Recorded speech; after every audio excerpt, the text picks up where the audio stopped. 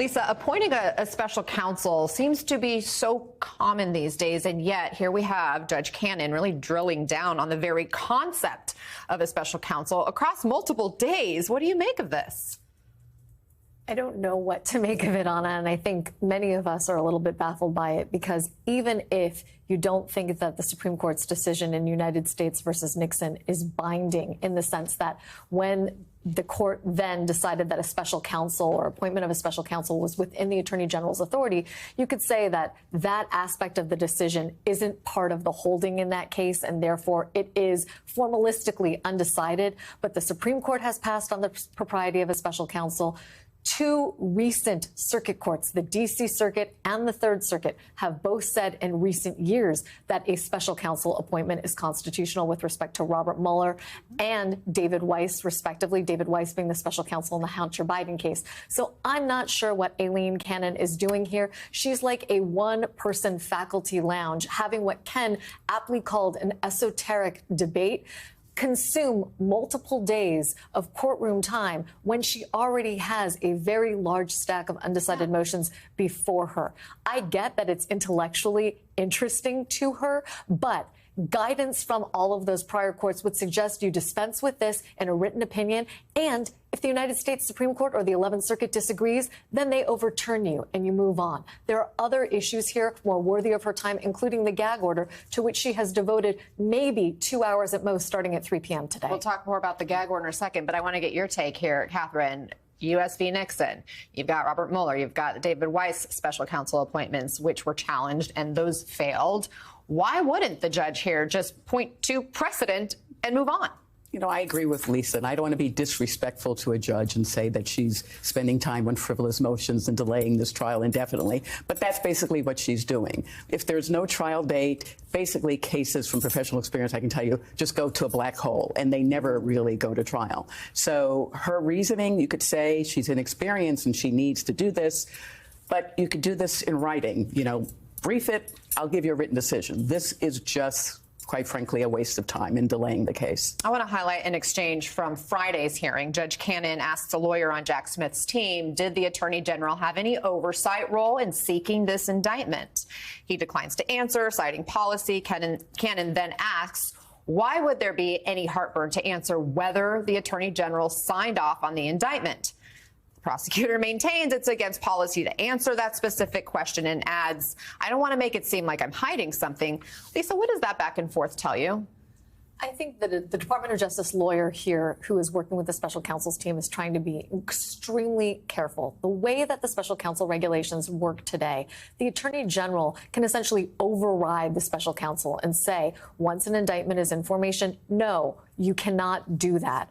Or, for example, when a report is written, no, that may not be released to the public. They have a veto power, essentially, not a supervisory one. But in declining to answer that question, first of all, we know that Merrick Garland didn't exercise his veto power because the indictment exists in the first place.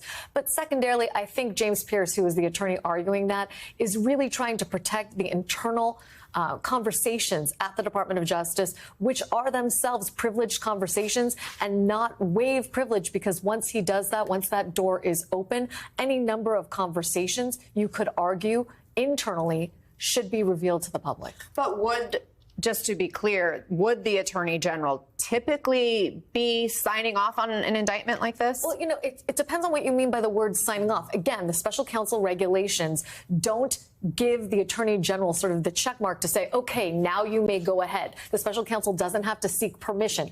Does the Attorney General have the power to override the special counsel where they think that that person has reached beyond? Yes, but Merrick Garland has not traditionally issued that. He didn't do it with respect, for example, to special counsel Robert Hur and his report, which was embarrassing at the very least to the current president, nor did he do it to Jack Smith when Jack Smith recommended and was prepared to issue not one, but two indictments of the former president.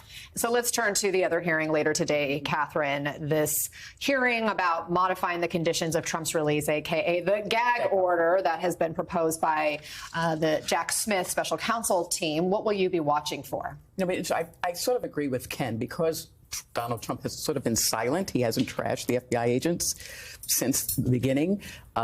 She may say it's He hasn't said anything recently, so leave it alone.